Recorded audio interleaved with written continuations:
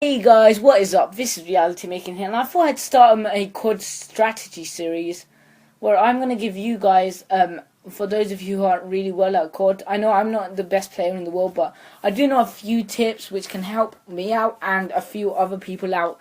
So I'm just going to give you guys quite a few tips which could be helpful.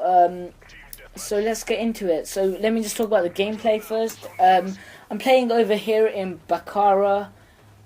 Using the ACR 6.8 as it's a long map. I would have been sniping, but I suck. And at the end, Mr. Shazam joins. Yay! But he joins on the other team. But yeah, but that's not my point. Let's get straight into the first tip. One thing lots of people don't do, they don't look at the radar. You know that mini map you guys have as an advantage, actually. It's actually a very good thing that they put it in. Like, in hardcore matches, it's really hard because you actually don't have that mini-map. But you have that mini-map, so you can actually look out in the mini-map. But a lot of people don't look at that mini-map for some reason. And I think it's probably the best strategy ever. Look at the mini-map. I don't care what you do, run around with FMG9s or whatever. Be much of a noobs as you can, but at least look at the mini-map, because trust me, the mini-map is an amazing help. You can see if people are sneaking up behind you. You can look out for flankers. You can look if someone's shooting you from which direction and stuff like that. You know, there are a lot of people who are going to be doing this, and this is just a basic rule, as this title says. It's just a very basic rule, and I think a lot of people probably should carry on, and it's a massive advantage as well. I mean, if people do have silence on their weapons, then maybe. But if you also use a UAV, it will be a massive help. But, you know, it is a very good technique, which I do think it really does help out. But a lot of people don't use it as an advantage or as a favour at all. They just play and don't look out for people. I mean, if you're going to go for a Moab or something, I would definitely recommend at least looking at the mini-map. If you get a hit marker on someone and they manage to run away, what do you do? Now, I know a lot of people probably just run away from them, face away. You didn't get the kill, you just go away. But I know a lot of people just follow the people that they've actually got the hit marker on. Now, that is not a good idea, because they could turn around and have a dirty trick, because they know some bullets have been shot into them, and they are probably going to turn around, go to prone and kill you, or do whatever they can, because they know there is a person on their back. So I would recommend not to following them, and trust me, you'd experience less deaths that way. I've talked about looking at the mini-map, and like I said, you use the mini-map as an advantage. As people come into my room again, you know, I think you have to use that HUD. So I said you have to use that advantage and as an advantage. Also, of your HUD, the heads-up display. I know you guys probably hear like enemy UAV up in the air, you know, and stuff like that. I would recommend actually listening out for those. Don't keep your your TV volume like to total mute, because that doesn't help at all. You'd actually get a more of a you'd have a more of a, how do I say it? You have more of an advantage then, and the enemies, because the enemies would have had an advantage anyway, but you can get equal up to them. Because if you know they have a UAV in the air, then you know they know where you are.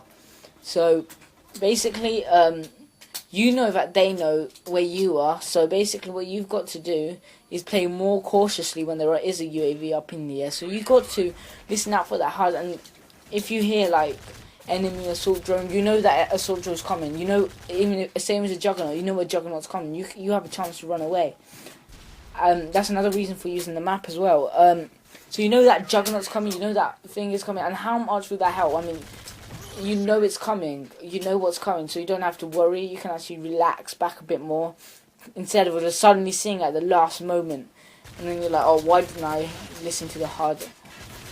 Because if you don't listen to it, you'll have no idea that say in RC16 Black Ops is coming, you have maybe enemy attack helicopters. That would give you a reason to go inside, so you don't get killed.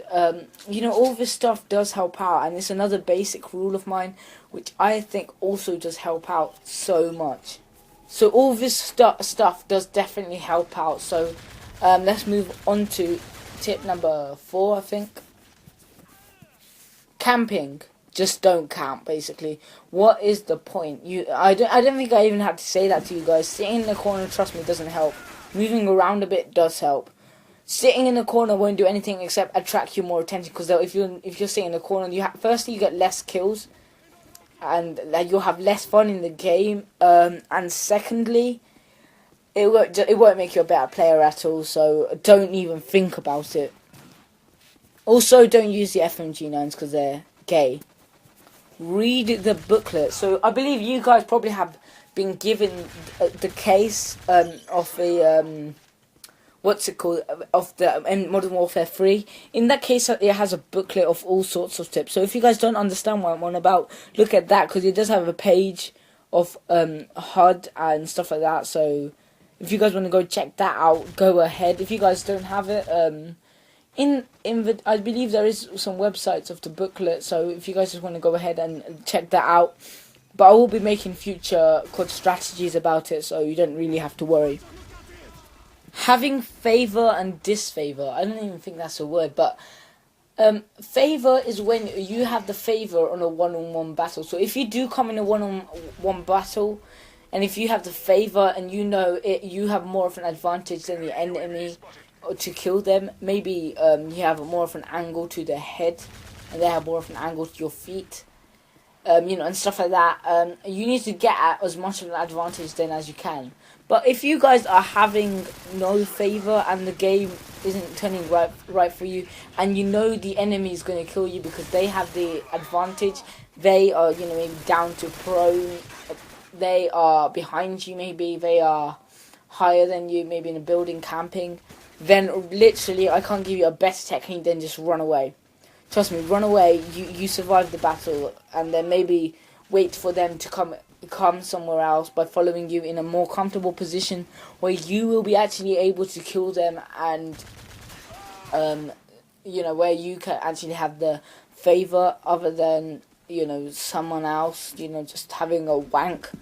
You know, I do think it's a better thing. So you guys, I would recommend definitely just to run away when you get in these sort of battles. My next basic strategy is to actually use the what's its name, to actually use what you actually have around you. So if you have a private match and combat training like in Black Ops, well, you don't have combat training model, but you still have private match, you could go into a private match lobby yourself and practice stuff like aiming quickly, quick reactions, drop shotting, and if you want to snipe, quick scoping.